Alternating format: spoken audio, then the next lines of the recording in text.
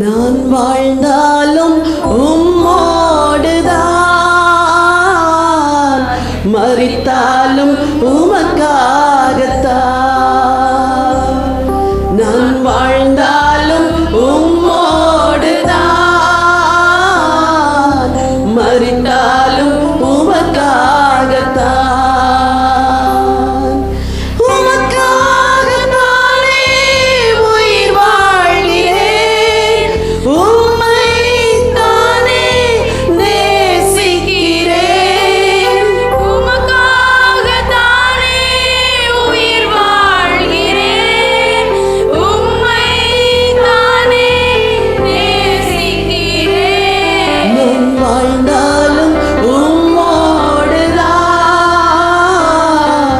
மரித்தாலும் உமக்காகத்தான்.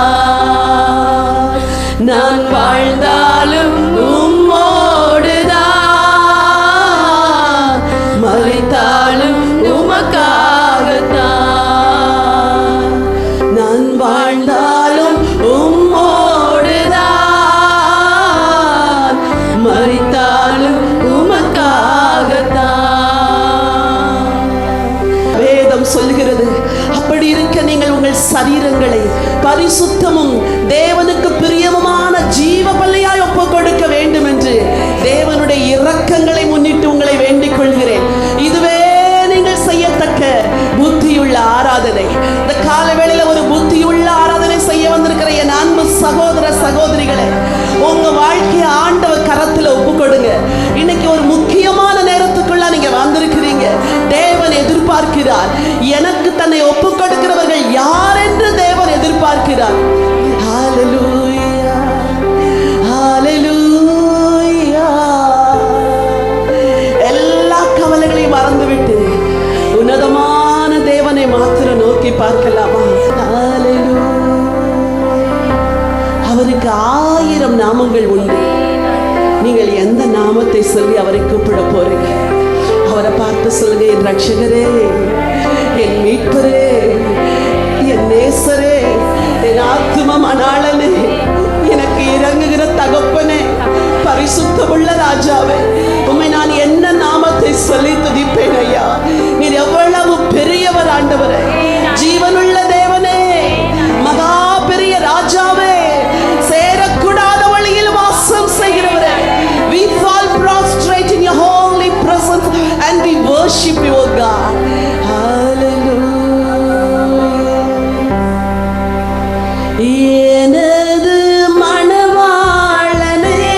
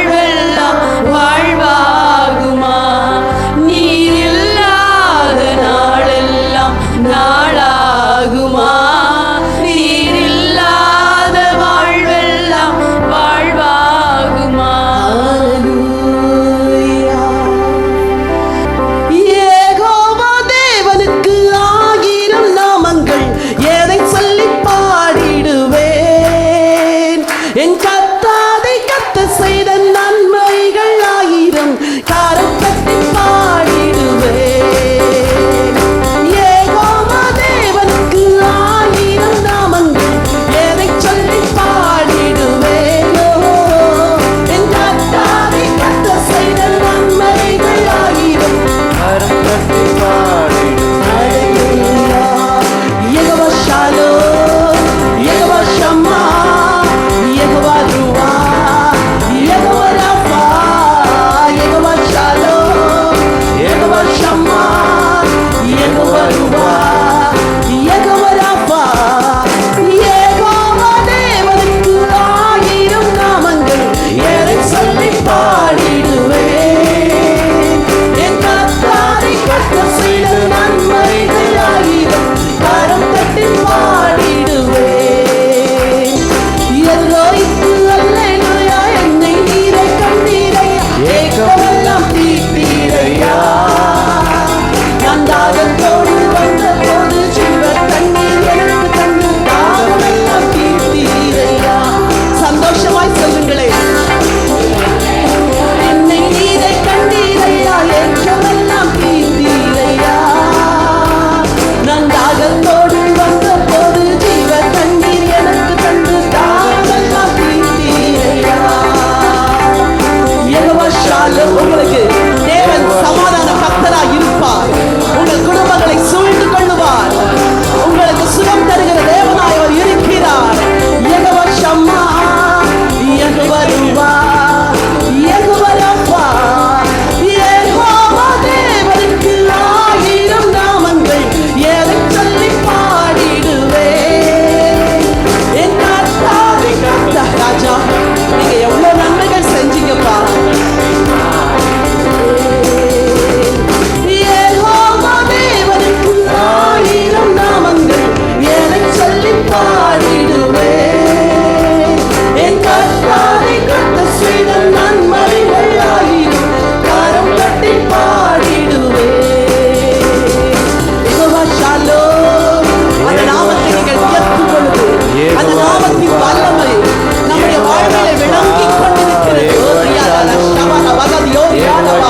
Yes, Lord. Jehovah ருவா, Jehovah Rafah, Jehovah Shalom, Jehovah ஷம்மா, Jehovah ருவா, Jehovah Rafah, Jehovah ஷம்மா, Jehovah ருவா. அந்த நாமத்தை சொல்லுங்க. யெகோவா ஷாலோம். நீர் எங்கள் குடும்பத்தில் சமாதான கர்த்தராய் இருக்கிறீரப்பா. ஓ ஷபாரா பகதியா கோரபரோ ரிக்கனவரா.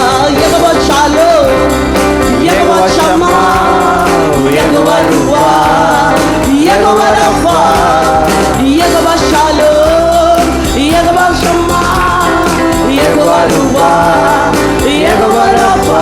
எல்லாரும் நாமங்களை கரங்களை தட்டி உன்னதமான தேவனுடைய நாமம் உயர்ந்திருப்பதாக. இயேசுவுடைய நாமத்தை உயர்த்துகிறோம். ராஜாதி ராஜா, கர்த்தாதி கர்த்தர். சொல்லுங்க, மனமார சொல்லுங்க. இயேசுவே, நீ ராஜாதி ராஜா. இயேசுவே, நீ கர்த்தாதி கர்த்தர். நீ சர்வ வல்லமையுள்ள தேவன். நீ ரட்சகர். நீ அதிசயர். சேரக்கூடாத வழியில வாசம் பண்ணுகிறவர். உன்னதமானவர், உயர்ந்தவர், நீ சிறந்தவர், நீ பெரியவர் என்று நாங்கள் மனமார உங்களை வாழ்த்துட்டோம். கரங்களை தட்டி தேவனுக்கு நன்றி சொல்லலாமா? நன்றி, நன்றி, நன்றி ஆண்டவரே, நன்றி ஆண்டவரே. ஹalleluya.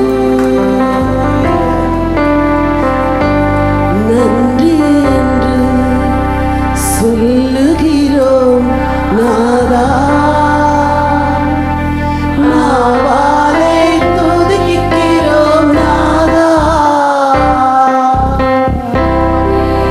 சொல்லுகிறோம் நாதா. நாவாலே துதிக்கிறோம் நாதா. நன்றி இயேசு ராஜா. நன்றி இயேசு ராஜா.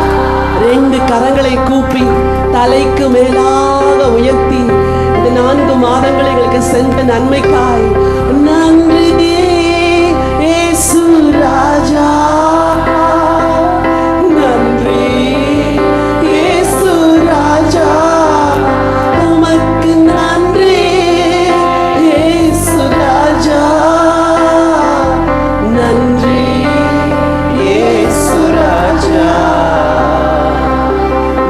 காலம் முழுவதும் லகுவான ஒரு உணர்வை தேவன் உங்களுக்கு தருவார். உங்கள் மேல் இருந்த பாரங்களை விலக்கி இருக்கிறார். உங்கள் குடும்பங்களில் இருக்கிற சிக்கல்களை அகற்றி இருக்கிறார். உங்கள் இருதயத்தில் சன்னல் பின்னலாய் கிடந்த பல காரியங்கள் வெளியேறிவிட்டது.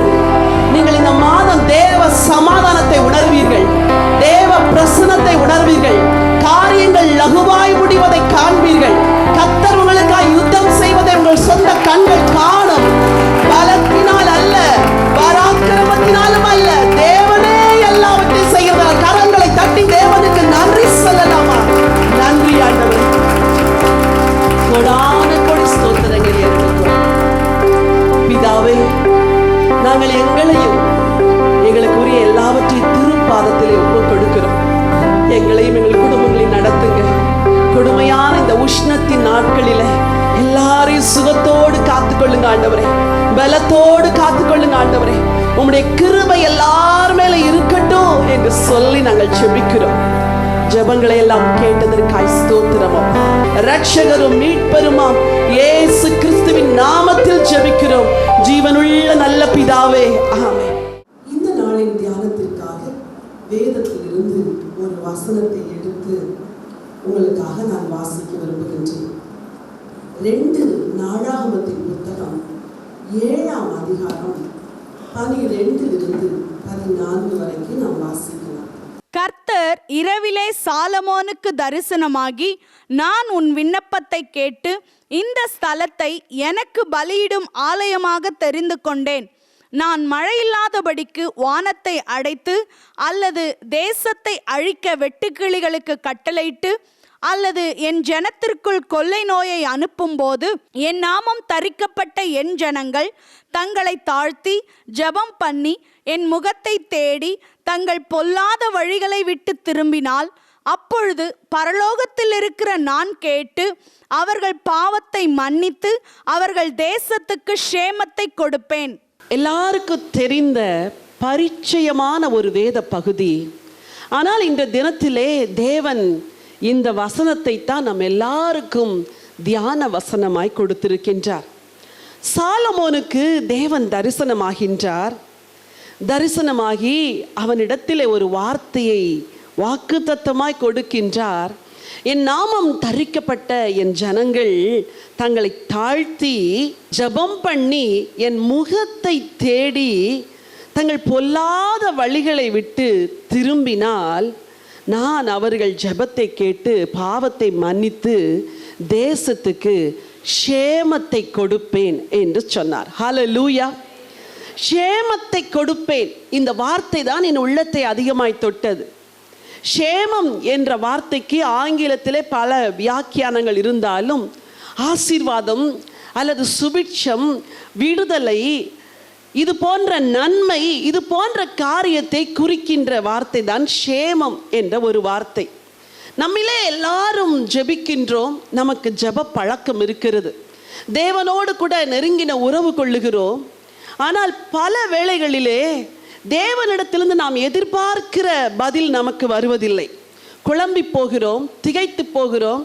ஏன் ஆண்டவர் பதில் தரவில்லை என்று கலங்கி போகிறோம். இங்கே ஆண்டவர் சொல்லுகிறார், என் நாமம் தரிக்கப்பட்ட என் ஜனங்கள். அந்த வேர்டு ரொம்ப அழுத்தமா, என் பிள்ளை அப்படின்னு சொல்ற ஒரு வார்த்தைக்கும் பிள்ளைகள் என்று சொல்லுகிற வார்த்தைக்கும் வித்தியாசம் உண்டு. இருக்கிறதா இல்லையா? பிள்ளைகள் என்ற ஒரு வார்த்தை இட்ஸ் a general term, அது ஒரு பொதுவான ஒரு வார்த்தை. ஆனால் என் பிள்ளை என்பது பொழுது அதிலே தேவன் ஒரு உரிமையை எடுக்கிறார்.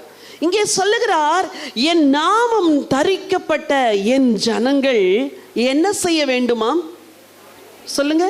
தங்களை தாழ்த்தி அப்புறம் ஜெபம் பண்ணி என் முகத்தை தேடி 4 காரியம் சொல்லியிருக்கிறார். அவர் சமூகத்திலே நம்மளை தாழ்த்த வேண்டுமா? எப்பொழுது ஒரு மனுஷனுக்குள் ஒரு மனுஷிக்குள் தாழ்மை வரும் என்றால், தேவன் எவ்வளவு பெரியவர் என்று அறியும் போது தாழ்மை வரும். நான் எவ்வளவு கீழானவள் என்று அறியும் போது தாழ்மை வரும். நம்ம யாரு அப்படின்னு தெரியலனா தாழ்மையே வராது. தேவன் யாரு அப்படின்னு தெரியலனா தாழ்மையே வராது. சில பரிசுத்தவான்கள் தேவனிடத்தில் ஜெபம் பண்ணும்போது I am a wretched sinner என்றெல்லாம் சொல்லி ஜெபித்திருக்கிறார். ஐயோ, நான் பரிதபிக்கப்படத்தக்க ஒரு பாவி, நான் கீழான பாவி, நான் துரோகி, உம்மண்டை வருவதற்கு எனக்கு எந்த தகுதியும் இல்லை ஐயா என்று பரிசுத்தவான்கள் ஜெபித்திருக்கிறார்கள். வேதத்திலே எஸ்ரா, நெகேமியா போன்ற பக்தர்களுடைய ஜெபங்களை எல்லாம் வாசித்து பார்த்தால் புலம்பி அழுது உம்முடைய கிருபையை பெறுவதற்கு நாங்கள் பாத்திரவான்கள் அல்ல, நானும் என் தகப்பன் குடும்பத்தாரும் பாவம் செய்தோம், நாங்கள் உமக்கு விரோதமாய் நடந்தோம் என்று தங்கள் குறைகளை குற்றங்களை ஒத்துக்கொண்டு உம்மிடத்தில் நன்மையை பெறுவதற்கு எங்களுக்கு தகுதியே கிடையாது ஆண்டவரே, ஆனாலும் வந்து நிற்கிறோம் என்று தங்கள் வார்த்தையினால் தங்கள் நிலைமையை உணர்ந்து தேவன் யாரென்று உணர்ந்து அறிக்கை செய்தார்களே, அதற்கு பெயர்தான் தாழ்மை. எது தாழ்மை? அவர் யாருன்னு தெரியணும், நான் யாருன்னு தெரியணும். ஒரு பெரிய நிறுவனத்திலே பாஸ் வருகிறார் என்றால் எல்லாம் அப்படியே நடுங்குறாங்கல்ல. ஏன்? அவங்க பாஸ் யாருன்னு அவங்களுக்கு தெரியும். அவங்க எல்லா பெரிய பெரிய நிறுவனங்களிலும் வாசல்ல யார் இருப்பார்? செக்யூரிட்டி இருப்பார். எல்லாரும் வந்தால் காரை திறந்து விடுவாங்க. ஆனால் பாஸ் கார் தூரத்தில் வருதுன்னா உடனே என்ன செய்கிறாங்க? இருக்கிற இடங்களில் எழும்பி நிற்கிறார்கள். என்னுடைய சகோதரிக்கு அவர்கள் ஒரு கல்லூரி வைத்து நடத்துகிறார்கள். அங்கே ஜெபத்தை நடத்துவதற்கு நாங்கள் போவது வழக்கம். அப்பொழுது எங்களுக்கு முன்னாக பல கார் போகும். அந்த வாட்ச்மேன் எழும்பி அப்படி லேசாக தான் சல்யூட் பண்ணுவார். ஆனால் அவர்களுடைய காரில் போகிறது அவங்க வராமல் இருக்கலாம், ஆனால் போகிறது நாங்களாக இருக்கலாம்.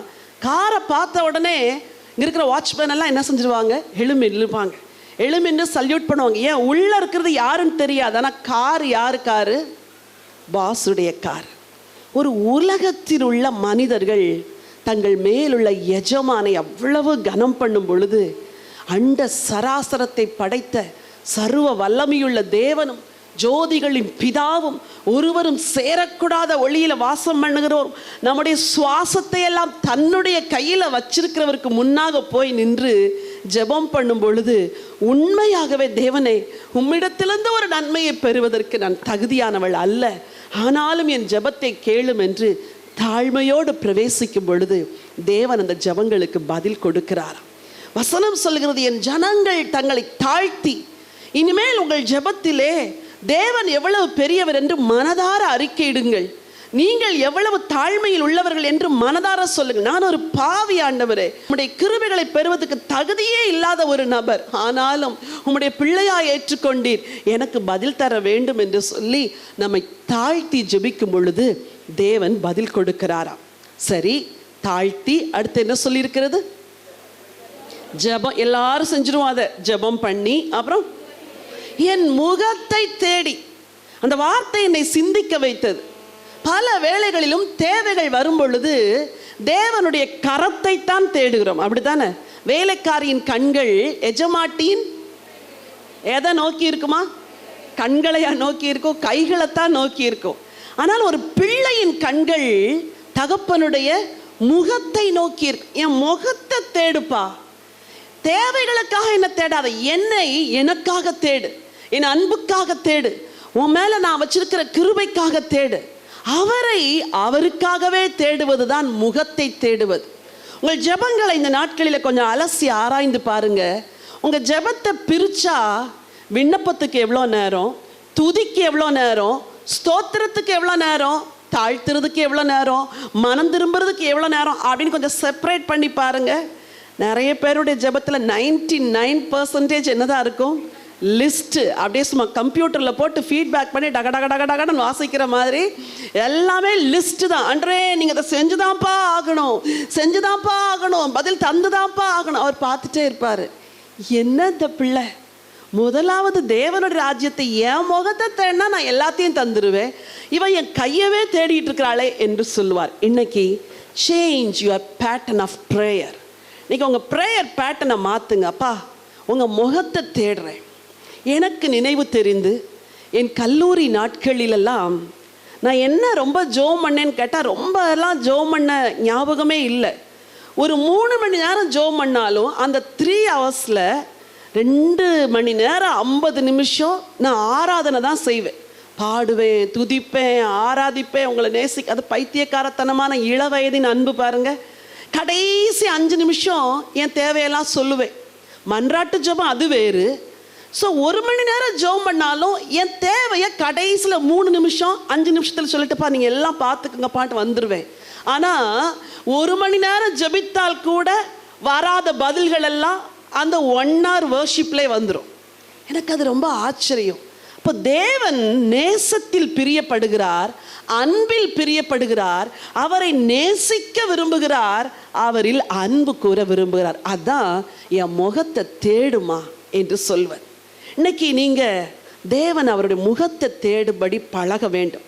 ஜெப அறையில் போய் உட்கார்ந்த உடனே அவர் கண்களை பார்த்து அவருடைய இமைகளை பார்த்தப்பா இவ்வளோ ஒரு அன்புப்பா, இந்த அன்புக்கு ஈடு உலகத்தில் ஒன்றுமே இல்லை. நான் என் தேவையெல்லாம் ஓரத்தில் வச்சிடுறேன். முதல்ல அது ஐ நீட் யூ ஜீசஸ், நீங்கள் தான் எனக்கு வேணும், உங்கள் அன்பு தான் வேணும், இவ்வளோ என் மேலே அன்பு வச்சிங்க என்று முகத்தை தேடுவீர்கள் என்றால் வசனம் சொல்லுது அடுத்து என்னவா, முகத்தை தேட ஆரம்பித்தாலே நம்ம யாருங்கிறது என்ன செஞ்சிடும், தெரிஞ்சிடும். அவர் முகம் பிரகாசம் உள்ள முகம், பரிசுத்தம் உள்ளவர், பரிசுத்தத்தில் மகத்துவர். சில வேளைகளில் மற்றவங்க நம்மளை பாயிண்ட் அவுட் பண்ணி நீ இதில் மாறணும் மாறணும் மாறணும்னு சொல்கிறத விட தேவ பிரசனத்தில் போய் உட்கார்ந்து அவர் முகத்தை பார்த்துட்டாலே ஐயோ நான் ஏன் இப்படி இருக்கிறேன் ஆண்டவரே, நான் மாறணும் ஆண்டவரே என்ற உணர்வு நமக்குள்ளே வந்துவிடும். வசனம் சொல்லுகிறது பொல்லாத வழிகளை விட்டு திரும்ப வேண்டும். நான் இப்போ இந்த வசனத்தின்படி கேட்குறேன், நம்மெல்லாம் நல்லவங்களா பொல்லாதவங்களா? சொல்ல மாட்டோமே நம்ம, நான் ரொம்ப நல்லவா அப்படிதான் நம்மெல்லாம் நினைக்கிறோம். ஆனால் பைபிள் சொல்லுது நீ என்கிட்ட வரதுக்கு முன்னாடி உன் பொல்லாத வழியை விட்டு என்ன செய்யணும், திரும்பணும். மகிமையின் மேல் மகிமை அடைகிறோம், பரிசுத்தத்தின் மேல் பரிசுத்தம் அடைகிறோம். ஒவ்வொரு நாளும் ரட்சகர் இயேசுவை சந்திக்கிற நாள் வரைக்கும் நமக்குள்ள பொல்லாப்பு இருக்குது. ஏன்னா நம்ம இருக்கிறது உலகம் இல்லையா, உலகத்துக்குள் இருக்கிறோம். உலகத்தின் பல காரியங்களின் தாக்கங்கள் ஒவ்வொரு நாளும் நம்மகிட்ட இருக்குது. So whenever you enter into God's presence, you have to check your heart. உங்கள் இருதயத்தை பார்த்து எதுப்பா உங்களுக்கு பிடிக்கல, என்கிட்ட எதைப்பா விரும்புகிறீங்க, எதை மாறணும். இன்னைக்கு காலையில் நான் ஜெபம் பண்ணும்போது கூட கர்த்தர் எனக்கு ஒரு காரியத்தை சொல்லி கொடுத்தார், நீ இதில் மாறணும் என்று. ஐயோ அந்த தேவனுக்கு நான் நன்றி சொல்கிறேன். நான் பூரணம் உள்ளவள் அல்ல ஆண்டவரே, என்னை நீர் பரிசுத்தப்படுத்தும். பொல்லாத வழிகளை விட்டு திரும்பி ஆண்டவரை தேடும்போது என்ன செய்வாராம், தேசத்துக்கு சேமத்தை கொடுப்பேன். வேதத்திலே பல பரிசுத்தவான்கள் தேவனை தேடினாங்க. எப்படிலாம் தேடினாங்க, அவங்க வாழ்க்கையில் எப்படியெல்லாம் சேமம் கிடைச்சது, நிறைய காரியங்கள் இருந்தாலும் உங்களோடு கூட இருக்கிற நேரத்தில் சுருக்கமாய் சில காரியத்தை நான் பகிர்ந்து கொள்ள விரும்புகிறேன். தனி மனிதனாய் அநேகர் தேவனை தேடினார்கள், புருஷனும் மனைவியுமாய் அநேகர் தேவனை தேடினார்கள், குடும்பமாய் தேவனை தேடினார்கள், சபையாய் தேவனை தேடினார்கள், சமுதாயமாய் தேவனை தேடினார்கள், தேசமாய் தேவனை தேடினார்கள். எல்லாத்துக்கும் தேவன் பதில் கொடுத்தார். ஹல்லேலூயா. சேமத்தை கொடுப்பேன் என்பது தேவனுடைய வாக்குத்தத்தம். இன்னைக்கு உங்க இருதயத்தில் இந்த வசனத்தை எழுதிட்டு நீங்க போகணும். சேமத்தை கொடுப்பேன்னு சொல்லிட்டார் அவர் தரேன்ட்டார். அப்ப நான் எப்படி ஜெபம் பண்ணணும், நான் அதை எப்படி கற்றுக்கொள்றது? பரிசுத்தவான்கள் எப்படி ஜெபித்தார்கள்? வேதம் முழுவதிலும் பரிசுத்தவான்கள் வாழ்ந்த வாழ்க்கையின் ரகசியம் எழுதி வைக்கப்பட்டிருக்கிறது. அந்த ரகசியத்தை நம்ம படிக்கும்போது நம்ம வாழ்க்கை மாறுது, மறுரூபம் ஆகுது. தேவன் நம்மை மாற்றுகிறார், ஜெபங்களுக்கு பதிலை கொடுக்கிறார். முதலாவதாக ஏசாயா தீர்க்க தரிசன புத்தகம் 38ஆம் அதிகாரம் 1-5 வசனங்களை வாசிக்க விரும்புகிறேன். Book of Isaiah chapter 38 verses from 1 to 5. அந்நாட்களில் எசேக்கியா வியாதிப்பட்டு மரணத்துக்கு ஏதுவாயிருந்தான்.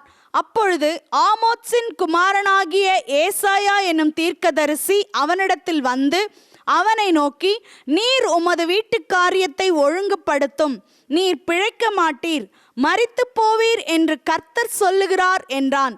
அப்பொழுது எசேக்கியா தன் முகத்தை சுவர்ப்புறமாக திருப்பிக் கொண்டு கர்த்தரை நோக்கி, ஆ கர்த்தாவே, நான் உமக்கு முன்பாக உண்மையும் மன உத்தமுமாய் நடந்து உமது பார்வைக்கு நலமானதை செய்தேன் என்பதை நினைத்தருளும் என்று விண்ணப்பம் பண்ணி எசேக்கியா மிகவும் அழுதான். அப்பொழுது ஏசாயாவுக்கு உண்டான கர்த்தருடைய வார்த்தையாவது, நீ போய் எசேக்கியாவை நோக்கி, உன் தகப்பனாகிய தாவீதின் தேவனாயிருக்கிற கர்த்தர் சொல்லுகிறது என்னவென்றால், உன் விண்ணப்பத்தை கேட்டேன், உன் கண்ணீரை கண்டேன். இதோ உன் நாட்களோடே 15 வருஷம் கூட்டுவேன். எசேக்கியா என்ற ராஜாவின் காலத்திலே ஏசாயா தீர்க்கதரிசி வாழ்ந்தார். ஆகவே எசேக்கியாவை குறித்த சம்பவங்கள் வரும்பொழுதெல்லாம் ஏசாயா சொன்ன தீர்க்க தரிசனம் இணைந்து வரும். இந்த சரித்திர சம்பவம் ராஜாக்களின் புஸ்தகத்திலும் வரும்பொழுது அங்கேயும் தீர்க்கதரிசி சொன்னதை அங்கே நாம் வாசிக்க கூடும். தீர்க்கதரிசி வந்து சொல்லுகிறார், நீர் பிழைக்க மாட்டீர், உம்முடைய வீட்டு காரியங்களை ஒழுங்குபடுத்தும். அதன் பொருள் என்ன? இனிமே there is no hope, இனிமே உனக்கு நம்பிக்கையே கிடையாது, இனிமே எல்லாம் செட்டில் பண்ணிரு, நீ பிழைக்க மாட்ட. நாம இருந்தால் என்ன செய்வோம்? ஐயோ ஆண்டவரே முடிவு வந்துருச்சு, இனிமே நான் ஜெபம் பண்ணி என்ன பிரயோஜனம் அப்படின்னு சொல்லி நம்ம நினைப்போம். என் அன்பு சகோதரிகளே, வாழ்க்கையிலே பிரச்சனைகளும் போராட்டங்களும் கூடும் பொழுது நம்மில் அநேகர் என்ன நினைக்கிறோம்? அவ்வளோதான் அப்படின்னு நம்ம மனசுல நினைக்கிறோம். சில வேளைகளில் என்ன தோணுது? இனிமே என்ன ஜெபம் பண்றது? நான் எவ்வளவோ ஜெபம் பண்ணிட்டேனே, இனிமே எப்படி ஜெபம் பண்றது? இனிமே என்ன ஜெபம் பண்றது? எப்படி தேவன் பதில் தருவார்? தருவாரா தரமாட்டாரா? பல சந்தேகங்கள் உள்ளத்திலே எழும்புகிறது. யாக்கோபுக்கு தேவன் சொன்னார், நீ போகிற இடத்திலெல்லாம் நான் உன்னை காத்து உன்னை இந்த தேசத்துக்கு திரும்பி வர பண்ணு மட்டும் நான் உனக்கு சொன்னதை செய்யும் அளவு உன்னை என்ன செய்ய மாட்டேன், கைவிட மாட்டேன் என்று சொன்னார். ஆனால் சிமியோனும் லேவியும் தவறு செய்த பொழுது அவர் சொல்றாரு, ஐயோ நீங்க என் வாசனை இப்படி கெடுத்துட்டீங்க, இந்த தேசத்தின் மக்கள் என்ன செய்வாங்க, என்னைய கொலை செய்து விடுவார்கள் அப்படின்னு சொல்றார். தேவன் என்ன சொன்னாரு? நான் உனக்கு சொன்னதை செய்யும் அளவும் உன்னை கைவிட மாட்டேன். சூழ்நிலைமை எப்படி இருக்குது? பிள்ளைங்க போய் அங்கே எல்லாரையும் கொலை செஞ்சுட்டு வந்துட்டாங்க. நிச்சயமா சுற்றில் உள்ள மக்கள் இவர்களை கொலை செய்வதற்கு வாய்ப்பு இருந்தது. தேவன் விட்டாரா? விடலை. உண்மையுள்ள தேவன், உடன்படிக்கை காக்கிற தேவன். என் அன்பு சகோதரிகளே, பல வேளைகளில் சூழ்நிலைமையை பார்த்து தான் நீங்கள் சோர்ந்து போயிடுறீங்க. அது இயல்பு, எல்லாருக்கும் அதான். வியாதிக்காய் ஜோம் பண்ணுறோம், மெடிக்கல் ரிப்போர்ட் சொல்லுது பிளட் சுகர் 490, இருக்கிற ஃபெய்த் எல்லாம் ஆடி போயிடுது. வியாதி சுகமாகணும்னு ஜோம் பண்ணுறோம், ரிப்போர்ட் சொல்லுது யூட்ரஸ்ல there is a tumor about this much of size. அவ்வளோதான், இருக்கிற ஃபெய்த் எல்லாம் என்ன செய்யுது, போயிருது. ஒரு காரியத்தை ப்ரொசீட் பண்ணுறோம், நோ சொல்லிட்டாங்க, ஃபெய்த் போயிருது. பணத்துக்காக ஒரு இடத்துல முயற்சி பண்ணுறவங்க இல்லைன்னு சொல்லிட்டாங்க. விசுவாசம் என்ன ஆண்டவரே, நான் எவ்வளோ முயற்சி பண்ணுறேன். இங்கே எசேக்கியாவின் வாழ்க்கையில் கடைசியாக ஒரு ஜெபம். என்ன ஜெபம்? கொஞ்சம் பாருங்க. அவ்வளோதான், வீட்டு காரியத்தை ஒழுங்குபடுத்தும் சொன்னது யாரு? பெரிய தீர்க்கதரிசி, வேதத்திலே உள்ள பெரிய ப்ராஃபட் வந்து சொல்லிட்டாரு. அவர் சொன்னார்னா மறுப்பே கிடையாது. வேதம் முழுவதிலும் ஏசாயாவை போல நூற்றுக்கணக்கான தீர்க்க தரிசனங்களை சொன்ன பெரிய ப்ராஃபட் இல்லை. அவர் வந்து சொல்லிட்டாரு வீட்டு காரியத்தை ஒழுங்குபடுத்தும். ஆனால் என் நாமம் தரிக்கப்பட்ட என் ஜனங்கள் தங்களை தாழ்த்தி ஜெபம் பண்ணி என் முகத்தை தேடி பொல்லாத வழிகளை விட்டு திரும்பி விண்ணப்பம் பண்ணினால் சேமத்தை கொடுப்பேன்னு சொன்னாரே, இங்க அதைத்தான் செய்தார். எசேக்கியா சுவர்ப்புறமாய் முகத்தை திருப்பி ஒரு ஜெபம் பண்றார். கர்த்தாவே, நான் உமக்கு முன்பதாக உண்மையும் மன உத்தமமாய் நடந்ததை நினைத்தருள். அப்படின்னா என்ன? கர்த்தர்ட்ட வர்றதுக்கு முன்னாடி தன் லைஃபை ஃபுல்லா சரிப்படுத்திட்டார். ஆண்டவரே, எனக்கு நாள் குறிச்சாச்சு, இவ்வளோதான், இனிமே நான் பிழைக்க மாட்டேன்னு தீர்ப்பு வந்துருச்சு. ஆனாலும் இப்போ என் லைஃபை செக் பண்ணிட்டு கடைசியா ஒரு ஃபேவர் கேட்குறேன்ப்பா, எனக்கு மனசு இறங்குங்க அப்படின்னு சொன்னப்போ தீர்க்கதரிசி வீட்டு வாசல் முற்றத்தை கூட தாண்டலை இல்லை. உடனே தேவனுடைய வார்த்தை வருது, நீ போய் என் தாசனுக்கு சொல்லு. அதை ராஜாக்களின் புஸ்தகத்திலே நீங்கள் வாசிப்பீர்கள். உடனே சொல்றாரு, அந்த வசனத்தை வாசியுங்கள். நீ போய் எசேக்கியாவை நோக்கி, உன் தகப்பனாகிய தாவீதின் தேவனாயிருக்கிற கர்த்தர் சொல்லுகிறது என்னவென்றால், உன் விண்ணப்பத்தை கேட்டேன், உன் கண்ணீரை கண்டேன், இதோ உன் நாட்களோட 15 வருஷம் கூட்டுவேன். இமேஜின் பண்ணுங்க, உன் நாட்களோட 2 வருஷத்தை கூட்டுவேன்னு சொல்லியிருந்தா அது பரவாயில்ல. அன்எக்ஸ்பெக்டட் ஃபேவர், அவன் எதிர்பார்த்தவே இல்லை, எதிர்பார்த்திராத ஒரு நன்மை அங்க வந்துருச்சு. ஐயோ 15 இயர்ஸா, என்னால நம்பவே முடியல, இது எப்படி ஆண்டவரே? காரணம் என்ன தெரியுமா? என் நாமம் தரிக்கப்பட்ட என் ஜனங்கள் தங்களை தாழ்த்தி என் முகத்தை தேடி பொல்லாத வழிகளை விட்டு திரும்பி என்னை நோக்கி வேண்டுதல் செய்தால் க்ஷேமத்தை கொடுப்பேன். என் அன்பு சகோதரி, உங்கள் தனிப்பட்ட வாழ்க்கையில் ஃபைலை மூடி வச்ச மாதிரி நீங்கள் பல காரியத்தை நீங்கள் மூடி வச்சுட்டு வந்திருக்கிறீங்க. இனிமேல் நோ மோர் ஹோப் லார்ட், இனிமேல் இதில் எனக்கு நம்பிக்கையே இல்லை, நான் ஜெபம் பண்ணி சோர்ந்து போயிருக்கிறேன் அப்படின்னு சொல்லி வந்தீங்களா? இன்னைக்கு உங்களுக்கு சொல்கிறேன், இன்னும் ஒரு ஜெபத்தை ஏறிடுங்க.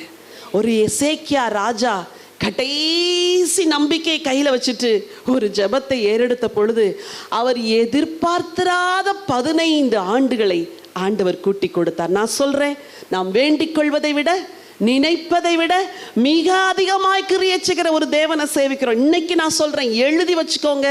நீங்க கேட்கிறத விட, நீங்க மன்றாடுகிறதை விட மிக அதிகமாய் கிரியை செய்கிற ஒரு தேவன் இருக்கிறார். நீங்கள் எதிர்பார்த்திராத பெரிய காரியங்களை உங்களுக்கு செய்ய உண்மை உள்ளவர். உன் விண்ணப்பத்தை கேட்டேன், உன் கண்ணீரை கண்டேன், நாட்களை கூட்டுவேன். அதுதான் எசேக்கியாவுக்கு கொடுத்த க்ஷேமம். இரண்டாவதாக, வேதத்திலே தேவன் எங்கெல்லாம் ஜெபத்தை கேட்டு பதில் கொடுத்தார்னு சில வசனங்களை வாசிக்க விரும்புகிறேன். 1 சாமுவேலின் புத்தகம் 1ஆம் அதிகாரம் 10வது வசனமும் 17வது வசனமும் வாசிங்க. அவள் போய் மனம் கசந்து மிகவும் அழுது கர்த்தரை நோக்கி விண்ணப்பம் பண்ணி, கர்த்தரை நோக்கி அழுது, அப்புறம் மனம் கசந்து. ஒரு ரகசியம் சொல்லித்தரேன். போய் ஆர்டினரியா போய் கர்த்தருடைய சன்னிதானத்தில் ஜெபம் பண்றதுக்கும் உங்களை ஆயத்தப்படுத்திட்டு போய் இன்னைக்கு நான் போகிறேன், இன்னைக்கு 2 hours ஆனால் கூட நான் அந்த இடத்த விட்டு எந்திரிச்சு வரப்போகிறது கிடையாது, நான் போய் ஆண்டவர் முகத்தை பார்க்க போகிறேன், நான் போய் அவர் பாதங்களை பிடிக்க போகிறேன், நான் போய் அழ போகிறேன், நான் போய் ஜெபிக்க போகிறேன், எனக்கு இறக்க செஞ்சுதான்ப்பா ஆகணும்னு கேட்கத்தான் போகிறேன், இன்னைக்கு பதில் வாங்காமல் நான் வரப்போகிறது இல்லை அப்படின்னு ஒரு டெசிஷனோட நீங்க தேவ பிரசன்னத்துக்கு ஒரு நாளை குறிச்சு நீங்க போய் ஆண்டவருடைய சமூகத்துல இந்த அன்னாளை போல ஜெபம் பண்ணினால் வேதம் சொல்லுது, அவள் போய் மனம் கசந்து. உங்க வாழ்க்கையில கடைசியா எப்போ எங்க மனம் கசந்தீங்க? புருஷன் இடத்துல மனம் கசந்தீங்களா? உறவினர்கள்ட்ட சண்டை போடும்போது மனம் கசந்தீங்க? உங்க மனம் கசந்து ஊற்றப்பட வேண்டிய ஒரே ஒரு இடம் உண்டுன்னா அது தேவனுடைய சமூகம் தான். ஹல்லேலூயா. அவள் போய் மனம் கசந்து அழுது விண்ணப்பம் பண்ணி, தேவரீர் உம்முடைய அடியாளின் சிறுமையை கண்ணோக்கி பார்த்து உம்முடைய அடியாளை மறவாமல் நினைத்தருளி உம்முடைய அடியாளுக்கு ஒரு ஆண் பிள்ளையை கொடுத்தால் அவன் உயிரோடு இருக்கிற சகல நாளும் அவனை உமக்கே ஒப்பு கொடுப்பேன். அந்த பொருத்தனை பண்ணி ஜெபம் பண்ணிட்டா. 17வது வசனம் என்ன சொல்லுது? வாசிங்க. அதற்கு ஏலி, சமாதானத்துடனே போ, நீ இஸ்ரவேலின் தேவனிடத்தில் கேட்ட உன் விண்ணப்பத்தின்படி. இஸ்ரவேலின் தேவனிடத்தில் கேட்ட உன் விண்ணப்பத்தின் என்ன விண்ணப்பத்தின்படி? இந்த அன்னாள் தன்னை எப்படி தெரியுமா தாழ்த்தினாங்க? தேவரீர் உமது அடியாளின், எப்படி? ஐயோ நான் உம்முடைய அடியாளப்பா, உம்முடைய அடியாளின் சிறுமை. அந்த அடியாள்னு சொல்லிட்டாலே அதில் ஆண்டவருக்கு சாட்டிஸ்ஃபேக்ஷன். ஐயோ என் பிள்ளை இப்படி தன்னை தாழ்த்த, சொல்கிறதுக்கெலாம் என்கிட்ட ஒன்றுமே இல்லைப்பா. சில சீக்ரெட் லாங்குவேஜ் இருக்கணும் உங்களுக்கும் ஆண்டவருக்கும். போய் ஜெப அறையில் உட்காந்து உங்களை தாழ்த்தி, அதாவது அந்த லெவலுக்கு சீக்ரெட் கோடு மாதிரி சில சீக்ரெட் லாங்குவேஜை வச்சுக்கணும், சில சீக்ரெட் வேர்ட்ஸ் வச்சுக்கணும். சொல்லி ஜோம், இப்படியெல்லாம் நான் இருக்கிறேன்ப்பா, எனக்கு உதவி செய்யுங்க. அவளுடைய ஜெபத்தை கேட்டாரு, விண்ணப்பத்தை பதில் கொடுத்தாரு. 17வது வசனம். அதற்கு ஏலி, சமாதானத்துடனே போ, நீ இஸ்ரவேலின் தேவனிடத்தில் கேட்ட உன் விண்ணப்பத்தின்படி. உன் விண்ணப்பத்தின் அதை ஒரு அண்டர்லைன் பண்ணுங்க. நீங்க கேட்டா தான் கிடைக்கும். இன்னைக்கு போராடி ஜெபிக்காததுனால அநேகருடைய வாழ்க்கையில நன்மைகள் வரல. நான் சொல்றேன், இன்னைக்கு ஒரு தீர்மானம் எடுங்க. கொஞ்சம் அப்படி இப்படி அட்ஜஸ்ட் பண்ணி ஏதாவது ஒரு 2 hours தனியா எடுத்துட்டு கர்த்தர் சமூகத்துல இரவு வேளைகள்ல போய் உட்கார்ந்து மானா கசந்து அழுது உள்ளத்தை உடைச்சு ஊத்தி எனக்கு நீங்க பதில் தந்துதான் ஆகணும். நீங்க ஜெபிப்பீர்கள் என்றால் உங்கள் ஜெபங்களுக்கு பதில் கொடுக்கிற ஒரு உண்மையுள்ள தேவன் இருக்கிறார். ஹல்லேலூயா. இங்க ஹேனாக்கும் ஒரு ஹோப்லெஸ் சிச்சுவேஷன் தான். எத்தனையோ முறை தேவாலயத்திற்கு வந்தாள். இப்படி யோசிச்சு பார்க்குறேன், ஒருவேளை பெண்ணினாளுக்கு பிள்ளை பிறந்த உடனே பிள்ளையை தூக்கிட்டு பிரதிஷ்டை பண்ண வந்திருப்பாங்க. அடுத்த பிள்ளை பிறக்கும் பொழுது அதை தூக்கிட்டு பிரதிஷ்டை பண்ண வருவாங்க. மூணாவது பிள்ளை பிறந்திருக்கு, அவளுக்கு நிறைய பிள்ளைங்க இருந்துச்சு. மூணாவது பிள்ளை பிறந்தப்போ அதை தூக்கிட்டு பிரதிஷ்டை பண்ண வந்திருப்பாங்க. இதை பார்க்க பார்க்க பார்க்க இவள் உள்ளத்தில் பொறாமை இருந்திருக்காது, ஆதங்கம், மனக்கிலேசம்.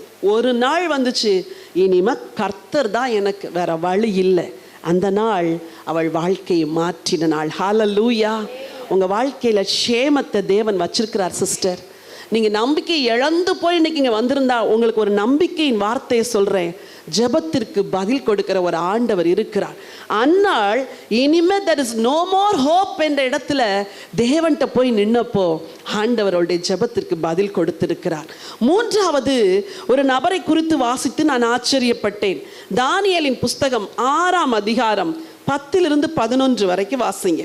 தானியேலோ வென்றால் அந்த பத்திரத்துக்கு கையெழுத்து வைக்கப்பட்டதென்று அறிந்த போதிலும் தன் வீட்டுக்குள்ளே போய் தன் மேல் அறையிலே எருசலேமுக்கு நேராக பலகணிகள் திறந்திருக்க அங்கே தான் முன் செய்து வந்தபடியே தினம் 3 வேளையும் தன் தேவனுக்கு முன்பாக முழங்காற்படியிட்டு ஜெபம் பண்ணி ஸ்தோத்திரம் செலுத்தினான்.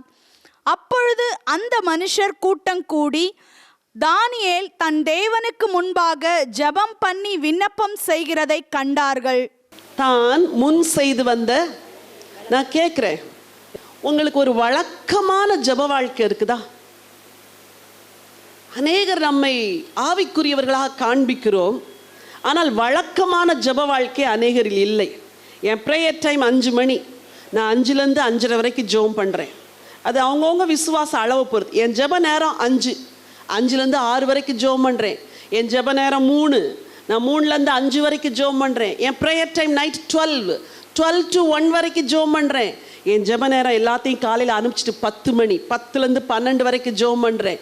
நீங்கள் எந்த நேரம் ஜெபம் பண்ணுறீங்க என்பது முக்கியம் அல்ல, கிரமமாய் ஜெபம் பண்ணுறீங்களா? இன்னைக்கு ஒரு கொஸ்டின். இல்லைன்னா இன்னைக்கு நீங்கள் மனம் திரும்பியே ஆகணும். நினைக்கும் போதெல்லாம் ஜெபம் பண்ணுவேன் என்று சொல்லுவது சீரான ஜெப வாழ்க்கை அல்ல. இல்லை நான் நைட்டில் ஜெபம் பண்ணுவேன், அப்புறம் நேரம் கிடச்சா பிள்ளைங்க தூங்கின பிறகு ஜெபம் பண்ணுவேன், அப்புறம் ஹஸ்பண்ட் வெளியே போன, அப்படியெல்லாம் நினச்சிங்கன்னா நீங்கள் தியாகம் பண்ணி ராத்திரி 12லேருந்து காலையில் 6 மணி வரைக்கும் டைம் இருக்குது பாருங்கள், அதில் 1 மணி நேரத்தை சூஸ் பண்ணுங்க. போதும், எத்தனையோ வருஷம் தூங்கிட்டோம்ல. எனக்கு பல வேளைகளை யோசிப்பேன், ஆண்டவரே நல்லா தூங்க ஆசையாக இருக்குது ஆண்டவரே, அப்படிலாம் நினச்ச நேரங்கள் உண்டு. இரவிலே ஒரு மணி நேரத்தை தியாகம் பண்ணுங்க. 1 hour, அது 12 to 1 hour இருக்கலாம். வேணும்னா மத்தியானம் கொஞ்சம் ஒரு தூக்கம் தூங்கி எழும்பிருங்க. ராத்திரி வேளைகளில் அன்டிஸ்டர்ப்டு டைம், யாரும் இல்லாத நேரம், அல்லது ஒரு 3லேருந்து 4 மணி வரைக்கும் 1 மணி நேரம் ஜெபம் பண்ணிட்டு 4 மணிக்கு படுத்துக்கோங்க. ஏதோ ஒரு நேரம் வழக்கமான ஜெப நேரம். இந்த வழக்கமான ஜெப வாழ்க்கை இல்லாத ஒரு பெண் ஜெபிக்கிற பெண்ணாய் மாற முடியாது, வெற்றி கொள்ளுகிற பெண்ணாயும் மாற முடியாது. Prayer is an anointing. அது உள்ள நாளுக்கு நாள் சுரந்துட்டே இருக்கணும். 4 நாள் விட்டுட்டிங்கன்னா 5ஆவது நாள் ஜெபிக்க வாஞ்சை வராது. 1 மாதம் விட்டுட்டிங்கன்னா 2ஆவது மாதம் உங்களால் ஜெபிக்க முடியாது. ஒரு குறிப்பிட்ட காலகட்டம் சில வேளைகளில் வீட்டில் பொறுப்புகளின் நிமித்தம், ஹாஸ்பிட்டல் அங்கங்கே அலைய வேண்டிய சூழ்நிலை நிமித்தம் ஜெபிக்க முடியலைன்னா கூட இடையில ஏதாவது ஒரு டைமை நீங்கள் கண்டுபிடிச்சி தேவனோட போய் ஒப்புரவாயிரணும். ஜெபம் என்பது ஒரு அனல், அது உங்கள்கிட்ட குறைஞ்சிட்டுன்னா திரும்ப அந்த அனலை ஏற்றுறது ரொம்ப கஷ்டம். 2ஆவதாக யூ நீட் அ ஃபெலோஷிப். ஒரு நல்ல ஜெபிக்கிற ஒரு 4 பேரோட சேர்ந்து கொஞ்ச நாள் சும்மா ஜெபம் பண்ணி பாருங்க. 1 மாதம் கழிச்சு உங்கள் மேலே இருக்கிற அனாயிட்டிங் லெவலே இன்க்ரீஸ் ஆயிருக்கும். அதுக்கு தான் we need people to pray with us. நம்மளோட ஜெபிக்கிறதுக்கு சில ஆட்கள் வேணும். தனியா வாழ முடியாது, தனியா ஜெயிக்க முடியாது. நீங்க நினைக்க கூட நான் I'm a prayer warrior, நான் நல்லா ஜெபம் பண்ணுவேன். இல்ல, உங்களுக்கு கூட பலவீனம் வரும், உங்களுக்கு கூட சோதனை வரும். ஊழியத்தில் இருக்கிறோம், எத்தனையோ ஆண்டுகள் தேவனை சேவிக்கிறோம், ஆனால் எத்தனையோ நாட்கள் என் உள்ளத்தில் கூட சோர்வு வந்ததுண்டு. என்ன ஆண்டவரை ஜெபம் பண்றதுன்னு. அப்பொழுது ஆண்டவர் கொடுத்த ஐக்கியத்தோடு என்னை இணைத்துக் கொள்ளும் பொழுது உடனடியாக அந்த அனல் உள்ள வந்து திரும்ப எழும்ப வைக்கிறார். ஹல்லேலூயா, ஹல்லேலூயா. அன்னாள் ஜெபித்தாள், தன்னை தாழ்த்தி ஜெபித்த பொழுது ஆண்டவர் பதில் கொடுத்தார். இங்கே தானியேலின் வாழ்க்கையில பார்க்கிறோம், அவன் தன்னை தாழ்த்தி ஜெபிக்கிறார். அந்த நாட்களில் தானியேலாகிய நான் 3 வாரம் முழுவதும் துக்கித்துக் கொண்டிருந்தேன். அந்த 3 வாரங்களாகிய நாட்கள் நிறைவேறும் மட்டும் ருசிகரமான அப்பத்தை நான் புசிக்கவும் இல்லை, இறைச்சியும் திராட்சரசமும் என் வாய்க்குள் போகவும் இல்லை. நான் பரிமள தைலம் பூசிக்கொள்ளவும் இல்லை. அப்பொழுது அவன் என்னை நோக்கி, தானியேலே, பயப்படாதே. நீ அறிவை அடைகிறதற்கும் உன்னை உன்னுடைய தேவனுக்கு முன்பாக சிறுமைப்படுத்துகிறதற்கும் உன் மனதை செலுத்தின முதல் நாள் துவக்கி உன் வார்த்தைகள் கேட்கப்பட்டது. உன் வார்த்தைகளின் நிமித்தம் நான் வந்தேன். முதல் நாள் துவக்கி ஜெபிக்க கூடாதுன்னு தேசத்துல சட்டம் வந்துருச்சு. ஆனாலும் தானியேல் போய் என்ன செஞ்சாராம்? 3 வேளை ஜெபம் பண்ணாராம். உலகத்துல எந்த புருஷனுக்கும் நீ ஜெபிக்க கூடாது அப்படின்னு வீட்டில் சோதனை வராது. அப்படி எங்கேயா கேள்விப்பட்டிருக்கீங்களா? புருஷர்கள் தலைவர்கள். ரட்சிக்கப்பட்டா ஒரு மனம் போல ஜெபிக்கலாம், வைக்கலாம். எந்த மனைவியும் தடுக்க முடியாது. தடுத்தார்னா வீட்டில் ஜெபிக்காதன்னு சொன்னால் அவர் பீச்சில் போய் ஜெபம் பண்ணுவார், அல்லது சர்ச்சில் போய் ஜெபம் பண்ணுவார், இல்லாட்டி எங்கேயா கார்டனில் போய் ஜெபம் பண்ணுவார், மொட்டை மாடியில் போய் ஜெபம் பண்ணுவார். ஆனால் ஒரு பெண் அப்படி ஜெபிக்க முடியுமா? அநேக பெண்களுக்கு ஜெபம் பண்ணாத அப்படின்னு வீட்டில் தடை. ஒரு சகோதரி சொன்னார், ஜெபிச்சிட்டு இருந்தேன் சிஸ்டர், அப்படியே பின்னால் முதுகில் அடிச்சிட்டார், எட்டி உதைத்து விட்டார். எனக்கு துக்கமாக இருந்துச்சு. ஜெபிக்காத அப்படின்னு சொல்லக்கூடிய கட்டளை மற்றவங்களுக்கு வராது, பெண்களுக்கு தான் வரும். ரட்சிக்கப்படாத புருஷனாலே வரும். ஒருவேளை உங்கள் குடும்பத்தார் என்ன எப்போ பார்த்தாலும் ஜெபம் பண்ணிட்டு இருக்கிற அப்படின்னு சொல்லி உங்களுக்கு தடை போட்டா கூட, இங்கே தானியேல் தடை வந்தாலும் ஒரு நாளைக்கு எத்தனோட ஜெபம் பண்ணாராம்? 3 முறை. You need a systematic prayer life. உங்களுக்கு சிஸ்டமேட்டிக்காக இதுதான் என் ஜெப நேரம், இதுதான் என் ஜெப நேரம், இதுதான் என் ஜெப நேரம்னு ஒரு சிஸ்டமேட்டிக் ப்ரேயர் லைஃப் இல்லைன்னா you can not grow in your prayer life. ஆவிக்குரிய வாழ்க்கையில் வளர முடியாது. அம்மா, இன்னைக்கு உங்களுக்கு நான் சொல்கிறேன், ஒரு தீர்மானம் எடுத்துகிட்டு போங்க. இனிமேப்பா காலையில் இத்தனை மணிக்கு நான் ஜெபிப்பேன். அதில் சில நாள் தவறலாம், ஆனால் அடுத்த நாள் அதே டைமுக்கு போய் தேவ பிரசன்னத்தில் விழுந்துடணும். எத்தனையோ நாள் ஜெபிக்க ஆவியே இல்லாத போது என் இளவயது நாட்களில் நான் இந்த ரூமை விட்டு வெளியே போக மாட்டேன்னு அந்த இடத்துல படுத்து தூங்கி இருக்கிறேன். ஏன் தெரியுமா? இது ஜெப நேரம், நான் வெளியே போகக்கூடாது. கர்த்தர் அதை கூட பார்க்குறார். ஐயோ, உங்கள் பிரசனத்தில் ஜெபிக்க முடியலன்னு தூங்கின அந்த நாளை கூட தேவன் பார்த்து அடுத்த நாள் ஜெப ஆவியை ஊற்றிடுவார். இந்த தாகம், இந்த அர்ப்பணம் நம்மில் இருக்கும் என்றால், தானியேலே, உன் மனதை செலுத்தின முதல் நாள் துவங்கி உன் ஜெபம் கேட்கப்பட்டு விட்டது. ஹல்லேலூயா. இங்கே வந்திருக்கிற உங்களில் சிலர் சில சிஸ்டமேட்டிக்காக ஒரு ஜெப பேட்டர்னை வாங்கிட்டு ஆண்டவர்கிட்ட ஜெபிச்சுட்டு இருக்கிறீங்க. சில குறிப்பிட்ட காரியத்துக்காய் மன்றாடுறீங்க, பதில் வரலன்னு சொல்கிறீங்க. ஆண்டவர் சொல்கிறாரு, நீ ஜெபம் பண்ண முதல் நாளே உனக்கு நான் பதில் கொடுத்துட்டேன். ஹல்லேலூயா. நீ பதில கண்களால் காணலன்னு கவலைப்படாத, சீக்கிரத்தில் அது வரப்போகுது. ஏசாயா தீர்க்கதரிசன புத்தகம் 64ஆம் அதிகாரம் 4வது வசனத்தை வாசிங்க. தேவன் என்ன எழுதி வைத்திருக்கிறார் என்று. தேவனே, உமக்கு காத்திருக்கிறவர்களுக்கு நீர் செய்பவைகளை நீரே அல்லாமல் உலக தோற்றம் முதற்கொண்டு ஒருவரும் கேட்டதும் இல்லை, செவியால் உணர்ந்ததும் இல்லை, அவைகளை கண்டதும் இல்லை. ஆண்டவரே, உமக்கு காத்திருக்கிறாங்களே உங்க பிள்ளைங்க, அவங்களுக்கு என்ன செய்யணும்னு நீங்க பிளான் பண்ணிருக்கத உலக தோற்றத்துக்கு முன்னாடி இருந்து ஒருத்தருக்குமே என்ன செய்யாது தெரியாது. அதை யாருக்கு மட்டும் வெளிப்படுத்துவார் தெரியுமா? உங்களுக்கு மட்டும்தான் வெளிப்படுத்துவார். இங்க தானியேலுக்கு மட்டும்தான் வெளிப்படுத்துறார். நீ பிரியமான புருஷன், நீ உன் மனதை செலுத்த துவங்கின ஃபர்ஸ்ட் டே உன் ஜெபத்தை கேட்டுட்டேன். இன்னைக்கு நமக்கு இந்த விசுவாசம் வேணும். நான் ஜெபம் பண்ண முழங்கால் போடும் போதே ஆண்டவர் என் ஜெபத்தை கேட்டுட்டாரு அப்படின்னு ஒரு உறுதியோட முழங்கால் போடணும். ஆனால் நம்ம அப்படி செய்யறது, ஆண்டவரே எத்தனை நாள் முட்டி போட்டு போட்டு என் முட்டியே காஞ்சு போச்சு ஆண்டவரே, ஆனால் உங்கள்கிட்ட பதில் நீங்கள் என்னப்பா எனக்கு மட்டும்தான்ப்பா செய்ய மாட்டேங்கிறீங்க இல்லை? அப்படி தானே பல வேலைகளில் போல. அன்னைக்கு ஒரு வசனம் வாசித்தேன், விசுவாசிக்கிற எவருக்குள்ளும் அவர் மேலும் அது பலிக்கும், வித்தியாசமே இல்லை அப்படின்னு. அந்த வசனம் அப்படி ஷாக் ஆகி, ஓ, விசுவாசிக்கிற எவருக்குள்ளும் எவர் மேலும் பலிக்கும், வித்தியாசமே இல்லை. அப்போ அவங்களுக்கு செய்கிற ஆண்டவர் எனக்கு செய்வார், இவங்களுக்கு செய்கிற ஆண்டவர் எனக்கு செய்வார். What makes the difference?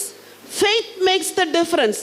பல வேளை ஜெபம் பண்றோம், விசுவாசிக்கிறதே கிடையாது. கர்த்தர் செய்வார்னு நம்பிக்கையோட சொல்றது இல்லை. விசுவாசிக்கிற எவர் மேலும் எவருக்குள்ளும் பலிக்கிற ஒரு தேவ நீதி இருக்குது, வித்தியாசமே இல்லை. ஹல்லேலூயா. தானியேலுக்கு செஞ்ச ஆண்டவர் உங்களுக்கு செய்வார், எசேக்கியாவுக்கு செஞ்ச ஆண்டவர் உங்களுக்கு செய்வார், அன்னாளுக்கு செஞ்ச ஆண்டவர் உங்களுக்கு செய்வார். வித்தியாசமே இல்லை, பட்சபாதம் இல்லாத ஒரு தேவன். ஒரு சீசன் ஆஃப் பிரேயரை தயவு செய்து செட் பண்ணுங்க. ஜெபங்களுக்கு பதில் கொடுக்கிற ஒரு தேவன் தானியேலுக்கு பதில் கொடுத்தார்.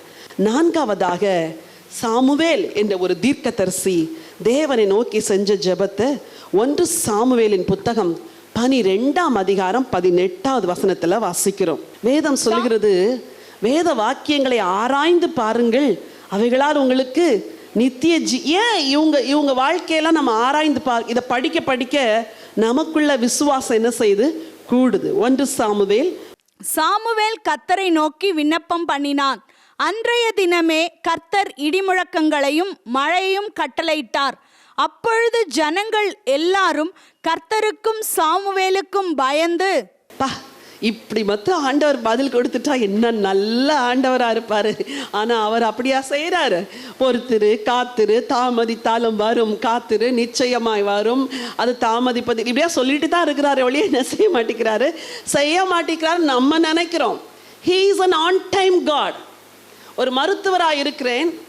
நிறைய பேர் வந்து ஆன்டிநேட்டல் செக்கப்புக்கெல்லாம் வருவாங்க. இப்போ இல்லை, அப்போ வருவாங்க. அப்போது எந்த ஒரு மதர் கூட கன்சீவ் ஆகின 2வது மாதத்திலே தன் பிள்ளையை பார்க்கணும்னு நினச்சதே கிடையாது. என்ன செய்வாங்க? 6 மாதத்துல சரி பரவாயில்ல பிள்ளை, ஐயோ வேணாம், அது என்ன செய்யணும்? ஃபுல்லாக வரணும், ஃபுல் டேர்மில் வரணும், 9 months + 7 days வரணும். 1 monthக்கு முன்னாடி கூட ப்ரீமெச்சூராக வந்துடக்கூடாது. ஒரு பிள்ளை வந்து ப்ரீமெச்சூராக வரக்கூடாதுன்னு நினைக்கிறீங்க. ஒரு பிளஸ்ஸிங்க்கு டேட்டு, நாள், செகண்ட்ஸை கூட போட்டு குறித்து வச்சுக்கிற ஒரு ஆண்டவர் கரெக்டாக அந்த டேட்டில் கையில் கொடுக்கணும்னு நினைக்கும் போது என்ன படுறோம்? ஆத்திரப்படுறோம், அவசரப்படுறோம். ப்ரீமெச்சூர் பிளஸ்ஸிங் அது வந்து பியோர் பிளஸ்ஸிங் கிடையாது. மெச்சூர்ட் பிளஸ்ஸிங் தான் பியோர் பிளஸ்ஸிங். அவர் குறித்த நாளில், அவர் குறித்த தேதியில். அவர் ஞானமுள்ள தேவன், அறிவுள்ள தேவன், அவர் சர்வ ஞானி. அவருக்கு தெரியும் எப்போ கொடுக்கணும். இங்கே அன்னைக்கு கர்த்தர் தன்னை நிரூபிக்க வேண்டியதாக இருந்துச்சு. சாமுவேல் ஜெபம் பண்ண உடனே அன்றைய தினமே வாசிமா. சாமுவேல் கர்த்தரை நோக்கி விண்ணப்பம் பண்ணினான். அன்றைய தினமே கர்த்தர் இடிமுழக்கங்களையும் மழையையும் கட்டளையிட்டார். அப்பொழுது ஜனங்கள் எல்லாரும் கர்த்தருக்கும் சாமுவேலுக்கும் பயந்து, அன்றைய தினமே கர்த்தர் இடி முழக்கங்களையும் மழையையும் கட்டளையிட்டார். என் அன்பு சகோதரி, சில ப்ரேயர்ஸ்க்கு உடனே அன்னைக்கே உங்களுக்கு ஆண்டவர் ஆன்சர் பண்ணியிருக்கிறார். நம்மெல்லாம் ரொம்ப நன்றி இல்லாத ஜனங்கள் இல்லை?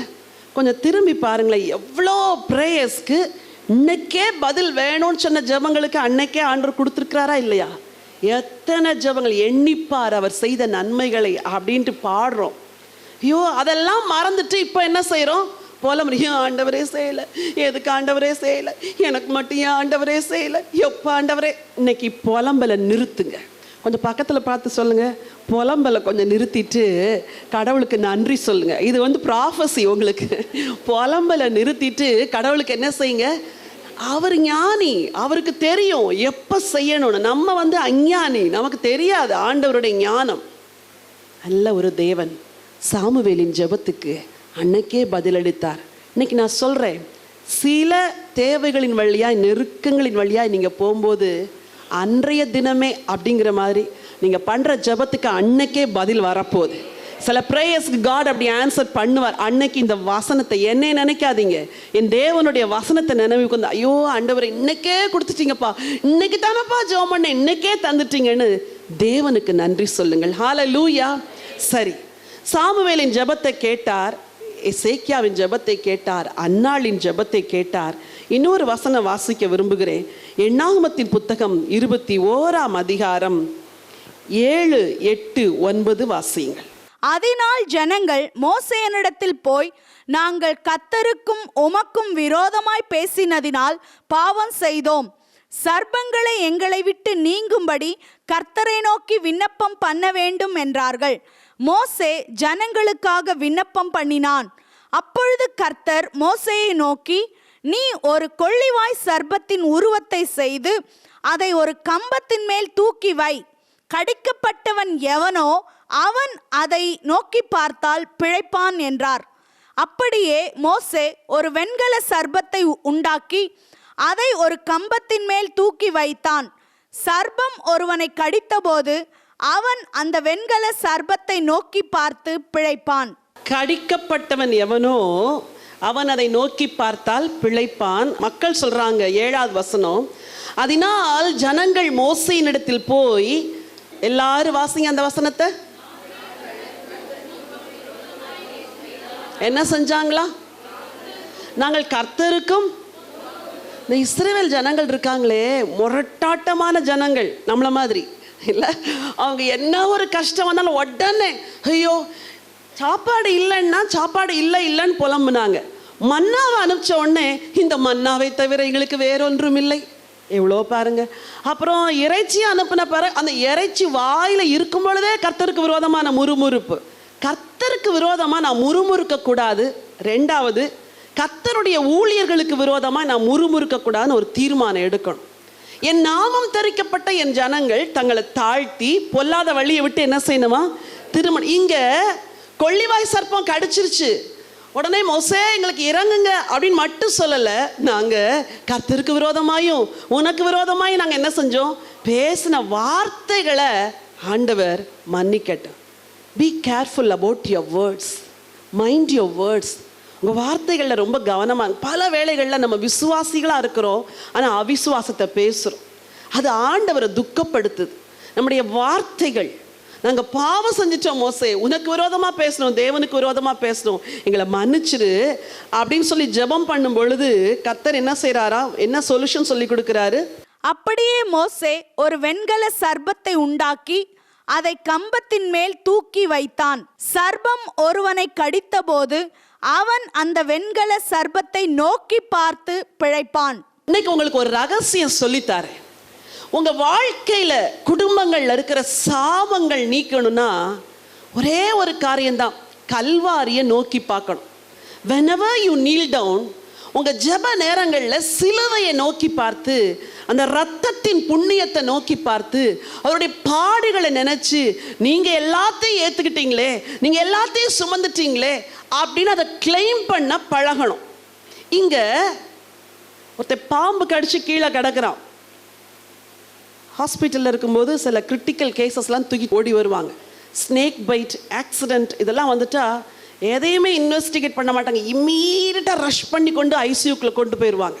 கொண்டு போய் இன்டென்சிவ் கேர் யூனிட்டில் எதையுமே செக் பண்ண மாட்டாங்க. உடனே ஃபஸ்ட் எய்ட் என்ன உண்டோ அதை தான் செய்வாங்க. இங்கே காட் 4 நாள் உபவாசம் செய்து மனம் திரும்பி என்னை நோக்கிப்பார் அப்பொழுது பிழைப்பாய் அப்படியா சொன்னார்? அவன் ஒன்றும் செய்யக்கூடாது, இருக்கிற இடத்துல இருந்து அப்படி நோக்கி தான் பார்க்கணும். காட் சால்வேஷனை எவ்வளோ சிம்பிளாக்கிட்டார் பாருங்க. இன்னைக்கு மக்கள் மலைகளுக்கு போகிறாங்க, பிரயாசப்படுறாங்க, விரதம் இருக்கிறாங்க, எவ்வளோலாமோ செய்கிறாங்க. எதுக்கு? மீட்புக்கு. இயேசு சொல்கிறாரு, சிலுவையை நோக்கி பார். அவர்கள் அவரை நோக்கி பார்த்து பிழைத்தார்கள். அவரை நோக்கி ஜஸ்ட் அவ்வளோதான் ஒரு effort. You just lift your eyes up. கண்ணை மட்டும் நோக்கி பார். இன்னைக்கு அநேகர் கீழே பார்த்துட்டு இருக்கிறோம். கீழே பார்த்துட்டு இருக்கிறதுனால மேலேருந்து வர ஆசீர்வாதத்தை கவனிக்கலை. கண்ணை மட்டும் மேலே தூக்கிப்பார், அவ்வளோ போதும். சால்வேஷனை இவ்வளோ சிம்பிளாக்குற தேவன் உலகத்தில் எங்கேயாவது இருக்கிறாரா? இல்லை. உங்கள் ஜெப நேரத்தில் சிலுவையில் சிந்தின ரத்தத்தின் புண்ணியத்தை கிளைம் பண்ணி நீங்கள் ஜெபம் பண்ணும் பொழுது சர்ப்பமாகிய பொல்லாத பிசாசு குடும்பங்களில் கொண்டு வந்து போட்ட சகல சாபங்களும் குடும்பங்களை விட்டு விலகும். ஹல்லேலூயா.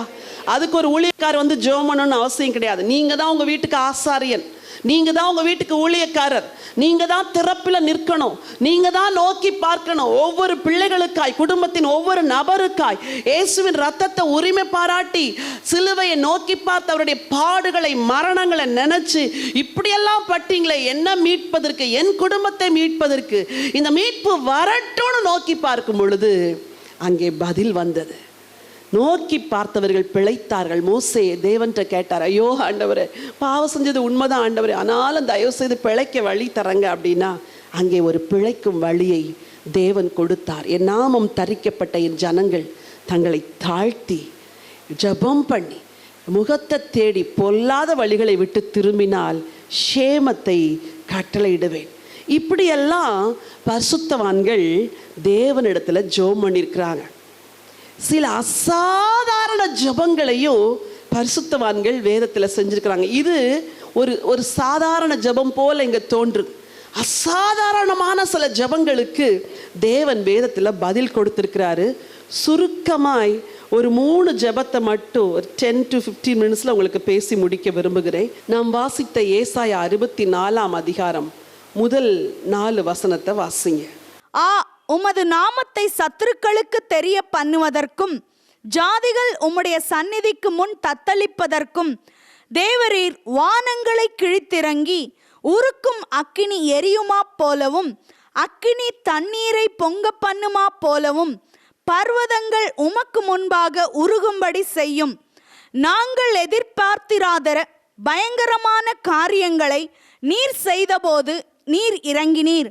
உமது சந்நிதியில் பர்வதங்கள் உருகி போயின. தேவனே, உமக்கு காத்திருக்கிறவர்களுக்கு நீர் செய்பவைகளை நீரே அல்லாமல் உலகத் தோற்றம் முதற்கொண்டு ஒருவரும் கேட்டதும் இல்லை, செவியால் உணர்ந்ததும் இல்லை, அவைகளை கண்டதும் இல்லை. தீர்க்கதரிசியாகிய ஏசாயா ஒரு வல்லமையான ஜெபத்தை செய்றாரு. சொல்றாரு, தேவனே, வானங்களை கிழிச்சு நீங்க என்ன செய்யணும்? இறங்கணும். இப்படி எப்படிக்காவது ஜெபம் பண்ணிருக்கிறீங்களா? வேதத்திலிருந்து சில வார்த்தைகளை எடுத்து ஜெபத்துல பயன்படுத்தணும். என்ன செய்யணும்? வானங்களை கிழிச்சு சொல்லுங்களேன், ரெண்டு ஹெவன்ஸ் and come down. நீங்க சும்மா இருக்கவே கூடாது. நீங்க வானங்களை கிழிச்சு இறங்கி வந்துதான் ஆகணும். இப்படி ஒரு ஜெபத்தை தீர்க்கதரிசியாகிய ஏசாயா ஏறெடுக்கிறார். எனக்கு ஆச்சரியமா இருந்துச்சு, எதுக்கு ஆண்டவர் இப்படி ஒரு ஜெபத்தை ஏறெடுக்கிறார்? அவர் சொல்றாரு, உருக்கும் அக்கினி எரியுமா போலவும் அக்கினி தண்ணீரை பொங்க பண்ணுமா போலவும் பர்வதங்களெல்லாம் உமக்கு முன்பதாக உருகும்படி செய்யும். ஏன் தெரியுமா? கர்த்தாவே, சத்துருக்களுக்கு உங்க நாமத்தை தெரியப்படுத்தணும். இன்னைக்கு அநேக தேவனுடைய பிள்ளைகள் நிந்தையின் பாதையில கடந்து செல்றாங்க. கர்த்தரை சேவிச்சதுனால சில குடும்பங்களிலே மரணம். ஒரு சகோதரர் அன்னைக்கு ஃபோன் பண்ணாங்க, அம்மா, ஆண்டவரை ஏற்றுக்கிட்டு 2 வருஷம்தான் ஆச்சு, என் ஜாதியில் எல்லாம் என்னை ஒதுக்கி வச்சுட்டாங்க, திடீர்னு என் புருஷன் சில சுகவீனத்தினால இறந்து போயிட்டாருமா, என் கிராமத்தில் நான் வாழவே முடியல, என்ன செய்யறதுன்னு தெரியல, ஆனால் நான் ஏசப்பாவை விடலை அப்படின்னாங்க. அப்போ யோசிங்க, அந்த கிராமத்தில் உள்ள ஜனங்கள் என்ன நினைப்பாங்க? ஏசுட்ட போனால் இப்படித்தான் போலுக்கு அப்படின்னு நினைப்பாங்க இல்லையா? ஆனால் ஒரு தேவன் ஜீவனுள்ள தேவனா இருக்கிறதுனால சத்துருக்களுக்கு, அதான் ஏசாயா சொல்றார், சத்துருக்களுக்கு உம்முடைய நாமத்தை தெரியப்படணும். உங்க வாழ்க்கையில் இருக்கிற நிந்தைகள் அவமானங்கள் நீங்கும்படி சத்துருக்களுக்கு தேவன் தன்னுடைய நாமத்தை தெரியப்படுத்த வானங்களை கிழிச்சு இறங்கணும். கடந்த வருஷம் டெய்லி அப்படி ஜெபம் பண்ணோம். கொஞ்ச நாள் ஜெபம் பண்ணால் பயங்கர சுனாமிலாம் வந்துருச்சா. அது அந்த வானங்கள் உண்மையாகவே அந்த டேஸில் இந்த வசனத்தை ரொம்ப கொடுத்து 12 hours ப்ரேயரில் பயங்கரமாக ஜெபம் பண்ண வானங்களை கிழிச்சு இறங்க. எஸ்தருடைய பசங்க சொன்னாங்களா, அம்மா, நீங்கள் வானங்களை கிழிச்சு இறங்குன்னு சொன்னீங்கல்ல, அதனால தான் சென்னையிலே என்ன வந்துருச்சு, அது கிண்டல் கூட சொல்ல அந்த பிள்ளைங்க, சென்னையிலே வெள்ளம் வந்ததுக்கு ரீசன் நீங்கள் வானங்களை கிழிச்சு இறங்குன்னு சொல்லி இனிமேல் வேறு மாதிரி ஜெபம் பண்ணுங்க அப்படின்னு சொல்லியிருக்கிறாங்க. நான் நினைக்கிறேன், நம்ம ஜெபிக்கிற ஜெபத்தை கேட்டு கிரியை செய்கிற தேவன் இன்றும் உயிரோடு இருக்கிறார். ஹல்லேலூயா. சுனாமி வந்தது பாசிட்டிவாக அப்படி நான் பேசலை. நம்ம என்ன ஜெபம் பண்ணுறோமோ அந்த வார்த்தைகளை கேட்டு அப்படியே இறங்கி பதில் செய்கிற ஒரு தேவன். சொல்லுங்க, வானங்களை கிழித்து இறங்கணும் ஆண்டவரே. அந்த இறங்கும் போது அக்கினியோடு தேவன் இறங்குறாராம். எதுக்கு? சத்துருக்களுக்கு தன்னுடைய நாமத்தை தெரிய பண்ண. இன்னொரு தீர்க்கன் ஒருத்தன் ஜெபம் பண்ணாரு. 1 ராஜாக்களின் புத்தகம் 18வது அதிகாரம் 38வது வசனத்தில் நம்ம வாசிக்கிறோம். அவர் என்ன ஜெபம் பண்ணாரா ஆண்டவரை பார்த்து? இந்த ஜனங்கள் அறியும்படிக்கு என்னை கேட்டருளும், என்னை கேட்டருளும் என்றான். கர்த்தாவே, நீர் தேவனாகிய கர்த்தர் என்றும் தேவரீர் தங்கள் இருதயத்தை மறுபடியும் திருப்பினீர் என்றும். நல்லா சொல்லுங்க, இந்த ஜனங்கள். ஏசாயா என்ன சொன்னாரு? புறஜாதிகளுக்கு தெரியப்படுத்தும்படி. இங்க என்ன சொல்றாரு? இந்த ஜனங்கள் அறியும்படி. நான் சொல்றேன், உங்க ஜபங்களுக்கு தேவன் சில வேளையில பதில் தந்துதான் ஆகணும். ஏன் தெரியுமா? உங்களோட தேவன் இருக்கிறாருங்கிறத உங்க வீட்டார் அறியும்படி. ஹல்லேலூயா. உங்க குடும்பத்தார் அறியும்படி. நீங்க இப்படி கேட்கணும், என் குடும்பம், என் ஜனம், என் ஏனோ எல்லாரும் அறியும்படி நீங்க எனக்கு வானத்தை திறந்து பதில் கொடுங்க. அங்க நடந்தது என்ன? அப்பொழுது கர்த்தரிடத்திலிருந்து அக்கினி இறங்கி. என்ன இறங்குச்சா? பிரத்யட்சமா ஒரு அக்கினி இறங்குச்சு. எப்படி? அவர் தேவன் என்றும் அவர் தம்முடைய ஜனங்களுக்கு பதில் கொடுக்கிறவர் என்றும் எல்லாரும் பார்க்கும்படி ஒரு அக்கினி. ஏசாயா அந்த அக்னி இறங்கும்படி ஜெபம் பண்ணாரு, இங்க எலியா அந்த அக்னி இறங்கும்படி ஜெபம் பண்ணாரு, பதில் வந்துச்சு, அக்னி இறங்குச்சு. தாவீது ஜெபம் பண்ணும்போது கூட அக்கினி இறங்குச்சுன்னு வேதம் சொல்லுது. 1 நாளாகமத்தின் புத்தகம் 21:26 வாசிங்க. அங்கே கர்த்தருக்கு ஒரு பலிபீடத்தை கட்டி சர்வாங்க தகன பலிகளையும் சமாதான பலிகளையும் செலுத்தி கர்த்தரை நோக்கி விண்ணப்பம் பண்ணினான். அப்பொழுது அவர் வானத்திலிருந்து சர்வாங்க தகன பலிபீடத்தின் மேல் இறங்கின அக்கினியினால் அவனுக்கு மறு உத்தரவு கொடுத்ததும் அல்லாமல் மறு உத்தரவு அருளினார் அக்னினால். அதாவது தேவன் அந்த இடத்தை அங்கீகரிச்சிட்டாரு என்பதற்கு அடையாளம் தான் அந்த அக்னி. இன்னைக்கு நான் சொல்றேன், உங்களை தேவன் அங்கீகரித்திருக்கிறார் என்றும் உங்கள் ஜபங்களை தேவன் கேட்டிருக்கிறார் என்றும் சுற்றி உள்ள ஜனங்கள் அறியும்படி தேவன் பதில் கொடுக்க நீங்க ஜெபம் பண்ணணும். தேவனே வானங்களை கிழிச்சு இறங்குங்க. எலியா ஜெபம் பண்ணினார், என்னை கேட்டருளும், என்னை கேட்டருளும். புதிய ஏற்பாட்டிலையும் அக்கினி இறங்குச்சு, பழைய ஏற்பாட்டில் மட்டும் அல்ல. அப்போஸ்தலர் நடபடிகள் 2ஆம் அதிகாரத்தில் அவங்க எல்லாரும் மேல் வீட்டறையில் கூடி இருக்கும் பொழுது 2ஆம் அதிகாரம் 3வது வசனத்தை மட்டும் வாசிங்க. அல்லாமலும் அக்கினிமயமான நாவுகள் போல பிரிந்திருக்கும் நாவுகள் அவர்களுக்கு காணப்பட்டு அவர்கள் ஒவ்வொருவர் மேலும் வந்து அமர்ந்தது. அவர்கள் எல்லாரும் பரிசுத்த ஆவியினாலே நிரப்பப்பட்டு ஆவியானவர் தங்களுக்கு தந்தருளின வரத்தின்படியே வெவ்வேறு பாஷைகளிலே பேசத் தொடங்கினார்கள். எல்லாரும் பிரமித்து ஆச்சரியப்பட்டு ஒருவரை ஒருவர் பார்த்து, இதோ பேசுகிற இவர்கள் எல்லாரும் கலிலேயர் அல்லவா? எல்லாரும் பிரமித்து ஆச்சரியப்பட்டு. ஏன் அக்னி இறங்குச்சு? எல்லாரும் பார்க்கும்படி. உங்க வாழ்க்கையில இந்த மாதம் கர்த்தர் வானங்களை கிழித்து அக்னியை இறக்கி எல்லாரும் பார்க்கும்படி கிரியை செய்ய நீங்க ஜெபிக்க போறீங்க. ஹல்லேலூயா. ஆர்டினரி ஜெபம் போதும். ஏசாயா 64ஆம் அதிகாரம் முதல் 4 வசனத்தை பைஹார்ட் பண்ணுங்க. ஆண்டவரே, வானங்களை கிழித்து இறங்கி உருக்கும் அக்கினி எரியுமா போலவும் அக்கினி தண்ணீரை பொங்க பண்ணுமா போலவும் ஆண்டவரே நீர் இறங்கி கிரியை செய்யணும். இப்படி ஒரு ஜெபத்தை ஏறெடுக்கும் போது என்ன நடக்கும்னு தெரியாது, எப்படி நடக்கும்னு தெரியாது, ஆனால் தேவன் கிரியை செய்வார். அக்கினி இறங்கும் பொழுது எல்லாரும் பார்த்தது போல உங்க வாழ்க்கையில நீ தேவன் கிரியை செய்கிறதை எல்லாரும் பார்க்கும்படி கர்த்தர் அனுக்கிரகம் செய்வார். ஹல்லேலூயா சொல்லுங்க. எல்லாரும் பார்க்கும்படி கர்த்தர் அனுக்கிரகம் செய்வார். அதுதான் அவருக்கு சாட்சி, அதுதான் அவருக்கு மகிமை. சேமத்தை கொடுப்பேன் என்று சொன்ன ஆண்டவர் உங்க வாழ்க்கையில சேமத்தை கொடுப்பார். கடைசியாக ஒரே ஒரு வசனத்தை நான் சொல்லி முடிக்க விரும்புகிறேன்.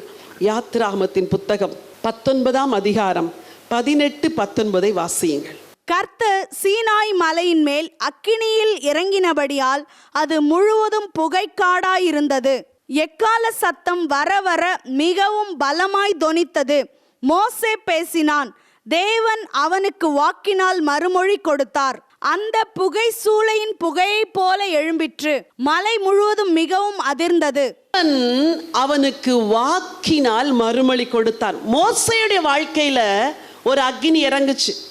யாருடைய வாழ்க்கையெல்லாம் அக்னி இறங்குச்சு? எலியா வாழ்க்கையில இறங்குச்சு, தாவீதுடைய வாழ்க்கையில இறங்குச்சு. மோசே ஜெபிக்கும் பொழுது அங்கே அக்கினி இறங்குச்சுது. மலை முழுவதும் தேவனுடைய பிரசன்னமா. அந்த அக்கினியின் நடுவில் தேவன் வார்த்தையை கொடுத்தார். அப்படின்னா அக்கினி பெரிதல்ல, அக்கினிக்குள்ள இருந்து வந்த வார்த்தை பெரிது. அக்கினியா இறங்கும் அப்படின்னு நீங்க ஜெபிக்கும் பொழுது God will give you a word. கர்த்தர் ஒரு வார்த்தையை கொடுப்பார். அந்த வார்த்தை அக்கினியை விட வல்லமையானது. ஹல்லேலூயா. அக்கினியின் நடுவிலிருந்து பேசின சத்தத்தை கேட்டீர்களே. இந்த வேதம் முழுவதும் அக்கினி மயமான வார்த்தைகளால் நிறைந்திருக்கிற ஒரு வேதம். நீங்க ஜெபம் பண்ணும்போது ரொம்ப ஸ்பெசிபிக்கா உங்களை நோக்கி வருகிற ஒரு ரேமா வேர்டு 1000 ஜெபம் செய்யாதத உங்க ஜெபத்திற்கு பதிலாய் தேவன் தருகிற வார்த்தை செய்யும். ஹல்லேலூயா. ஆண்டவர் ஒரு வார்த்தையை கொடுத்தா போதும், அந்த ஒரு வார்த்தை உங்க சூழ்நிலைமையை மாற்றும். சுற்றி உள்ள ஜனங்களுக்கு விரோதமா இந்த வார்த்தையை நீங்க அனுப்பும் போது அந்த வசன கிரியை செய்யும். உங்க சொந்த வார்த்தைகள் அல்ல, அக்கினியிலிருந்து வருகிற தேவனுடைய வார்த்தைகளை உங்க ஜெபத்துல யூஸ் பண்ணுங்க. ஆண்டவரே, புறஜாதிகளுக்கும் உம்முடைய நாமத்தை தெரிய பண்ணும்படி வானங்களை கிழித்து இறங்குன்னு தீர்க்கன் ஜெபித்தாரே, அது போல நம்முடைய வாழ்க்கையில் நான் ஜெபிக்கிற ஜெபத்துக்கு ஆண்டவர் பதில் கொடுப்பார். ஹல்லேலூயா. இந்த மாதம் தேவன் உங்களுக்கு க்ஷேமத்தை கொடுக்கிற ஒரு மாதம். தேவனுடைய சமூகத்தில் உங்களை தாழ்த்தி ஜெபம் பண்ணும் பொழுது பதிலை கொடுக்கிற ஒரு மாதம். எசேக்கியாவின் விண்ணப்பத்தை கேட்டார், அன்னாளின் விண்ணப்பத்தை கேட்டார், சாமுவேலின் விண்ணப்பத்தை கேட்டார், யோனா ஜெபித்த ஜெபத்தை கேட்டார். எல்லா பரிசுத்தவான்களும் ஜெபித்த ஜெபத்திற்கு ஆண்டவர் பதில் கொடுத்தார். உங்களுக்கும் பதில் கொடுப்பார், அக்கினியாய் பதில் கொடுப்பார், அதிலிருந்து வார்த்தையை கொடுப்பார். அந்த வார்த்தை உங்கள் வாழ்க்கையை மாற்றும், உங்கள் சூழ்நிலைமையை மாற்றும், உங்கள் நிலைமையை மாற்றும், க்ஷேமத்தை கொண்டு வரும். ஹல்லேலூயா. எல்லாரும் இருக்கிற இடங்களிலே ஒரு நிமிஷம் எழும்பி நிற்கலாம். எல்லாரும் வாயை திறந்து ஆண்டவரை ஸ்தோத்திரம் பண்ணலாம். நன்றி ஆண்டவர், என் நாமம் தரிக்கப்பட்ட என் ஜனங்கள், அவருடைய நாமம் உங்க மேல தரிக்கப்பட்டிருக்கிறது. நீங்க தேவனுடைய ஜனங்களா இருக்கிறீங்க.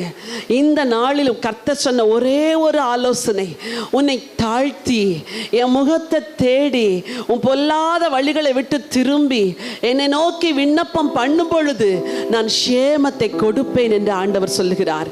ஹல்லேலூயா, ஹல்லேலூயா. எல்லாரும் வாயை திறந்து ஆண்டவரை ஸ்தோத்திரம் பண்ணலாமா? ஆண்டவரே, நாங்க உங்களை நோக்கி விண்ணப்பம் பண்ணும் பொழுது க்ஷேமத்தை கொடுப்பேன் என்று சொன்னீங்களே, வாயை திறந்து சொல்லுங்க. க்ஷேமம் உண்டாக போறதற்காய் ஸ்தோத்திரம். என் வாழ்க்கையில க்ஷேமத்தை தரப்போறதற்காய் நன்றி, க்ஷேமத்தை கொடுக்க போறதற்காய் ஸ்தோத்திரம். எல்லாரும் வாயை திறந்து கர்த்தருக்கு நல்லா ஸ்தோத்திரம் பண்ணுங்க. ஹல்லேலூயா. எசேக்கியாவை பார்த்து உன் விண்ணப்பத்தை கேட்டேன், உன் கண்ணீரை கண்டேன், 15 ஆண்டுகளை கூட்டுவேன் என்று சொன்னாரே. Unexpected favor will come to you. நீங்க எதிர்பார்த்திராத தயவை தேவன் தருவதற்கு உண்மை உள்ளவர். வாயை திறந்து சொல்லுங்க. அப்பா, நான் கேட்கதை விட, நான் வேண்டிக் கொள்வதை விட, நான் நினைப்பதை விட மிக அதிகமாய் நீங்க கிரியை செய்கிற தேவன் ஆண்டவரே. ஹல்லேலூயா. உங்களுக்கு நன்றி ஆண்டவரே, உங்களுக்கு நன்றி ஆண்டவரே.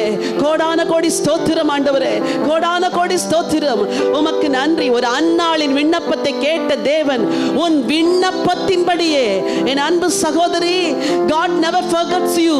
உங்க ஜெபங்களை தேவன் மறக்கிறவர் அல்ல.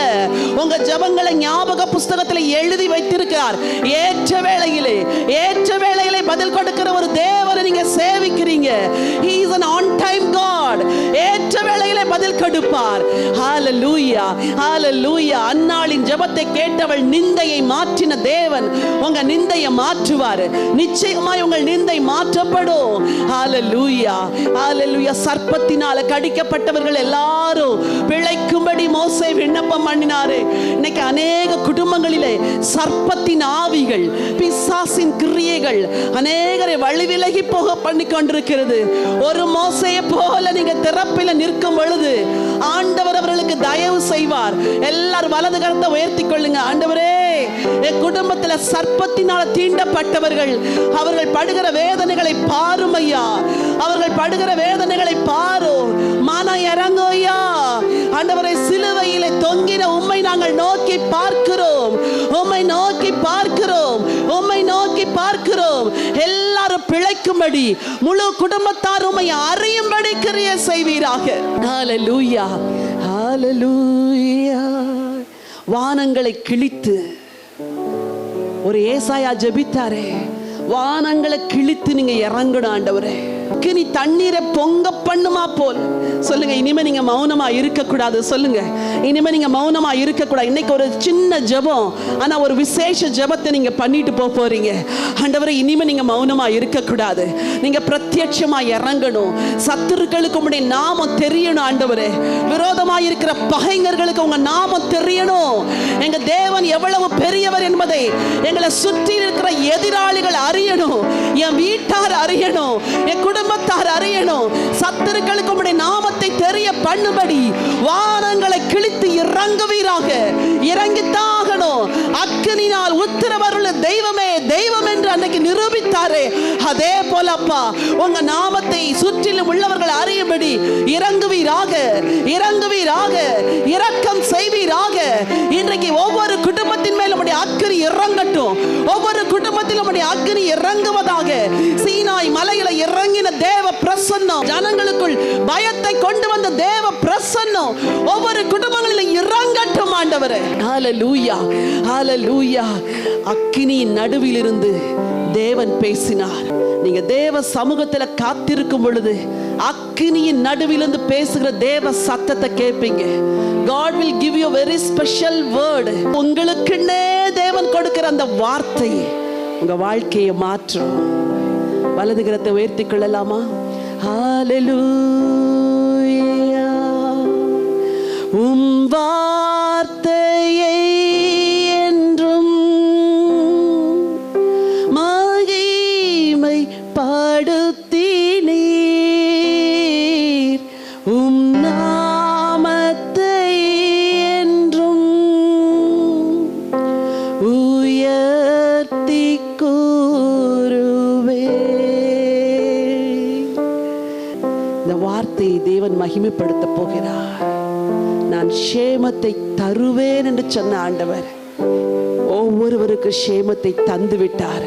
2 கைகளை உயர்த்தி கர்த்தருக்கு நன்றி சொல்லுங்க. நீ ஜெபிக்க துவங்கின முதல் நாளே இந்த சேமம் வந்து விட்டது. இந்த நாள் அந்த முதல் நாள்.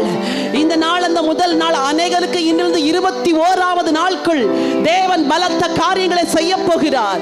பெர்சியா தேசத்தின் அதிபதியோ எந்த அதிபதி எதிர்த்து வந்தாலோ கர்த்தருடைய தூதன் அவர்களை துரத்துவாராக.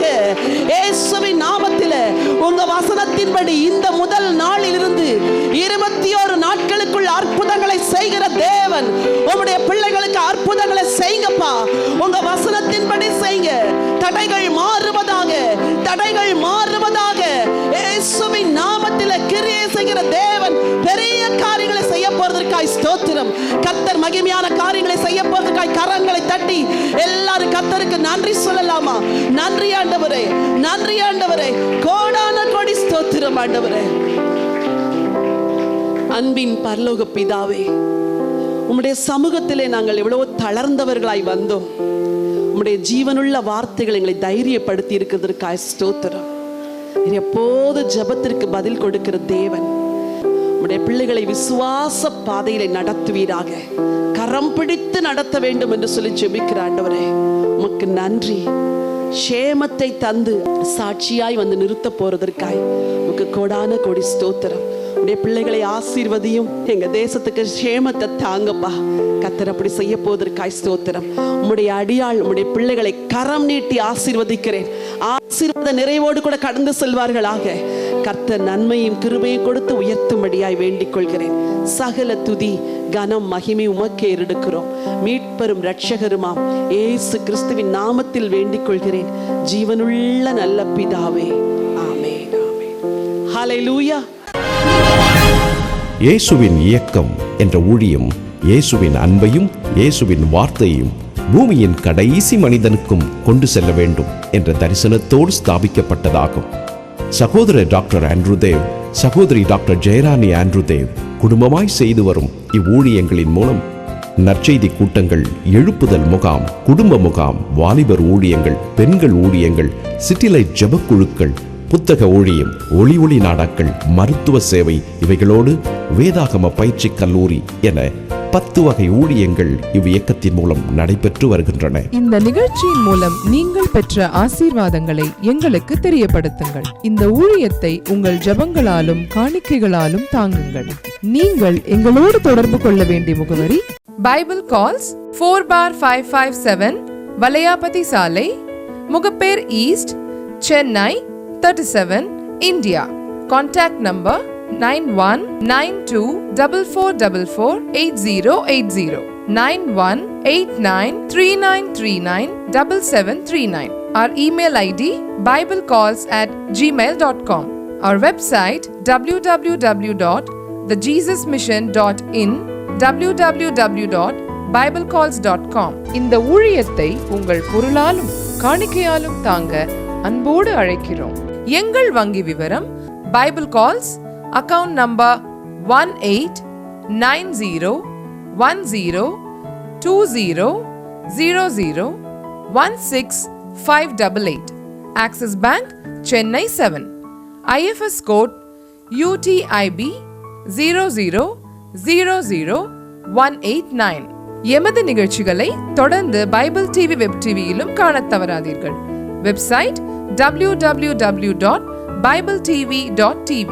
இறைவன் இயேசு உங்களை ஆசீர்வதித்து காப்பாராக.